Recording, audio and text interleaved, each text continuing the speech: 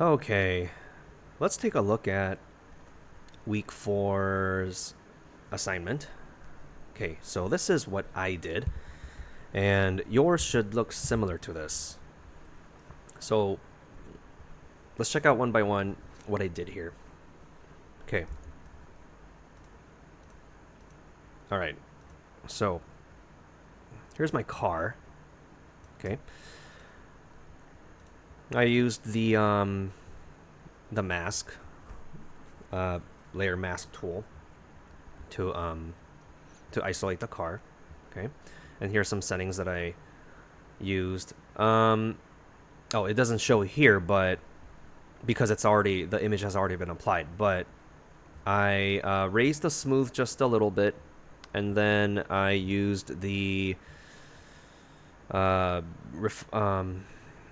quick selection tool and the brush tool. I didn't use refine edge brush tool because this is like the image doesn't require me to, and it actually kind of messes up if I use the refine edge brush tool. This is mostly good for like human hair or things like grass, but for things that are like metallic and solid, it doesn't really work well. Use the brush tool for this, and you have to play with the size and the hardness. Hardness meaning if you look at this right here, this is 100% hardness. It has hard edges, whereas 0% it's gonna have soft edges. So that's like the quality of the brush, like the characteristic of the brush. Okay, so I isolated this. Okay, and then what I did next was I moved it to the desired spot, and then I applied Gaussian blur. Okay, so my Gaussian blur setting is 1.6 pixels. If you look right here in the background, right here, it's a little blurry. Like the focus, the focus is somewhere like past about this area. So if you know photography, like you can set your focal point, right? So the focal point for this image is far. It's not close. It's not right here, right? Which means my car, is rather close to the viewer. It's all the way down here, right? That means it's going to be out of focus, just like the rest, just like its surroundings. So I set the Gaussian blur to 1.6 pixels. So if I don't set this to anything, if I just set it to 0, it's super clear. It's too awkwardly clear when the rest of the background is blurry, right? If I raise it too far high up, okay, it's too blurry, okay? So I set it at 1.6, 1.5, 1.6, like somewhere around here, like play with the setting. This really depends on where your car is located. If your car is located like up here, like then you obviously don't need this because things are in focus here, right? But I placed my car close to the viewer, so now it has a bit of Gaussian blur to it. All right, and then next thing I did was I add mask to selection, and then after doing this, I added two adjustments, okay, color balance and hue and saturation.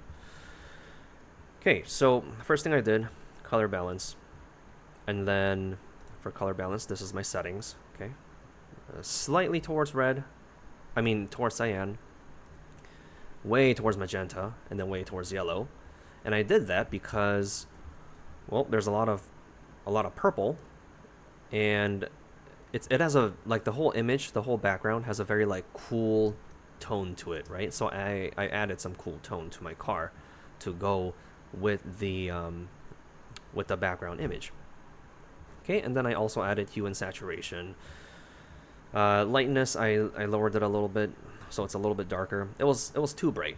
Okay, if it's too bright, like all the blacks get washed out. So to avoid that, I set it slightly lower than 0, and then for the hue, I raised it just a little bit towards blue, so that there's more purple and blue in the where the car is to match the background.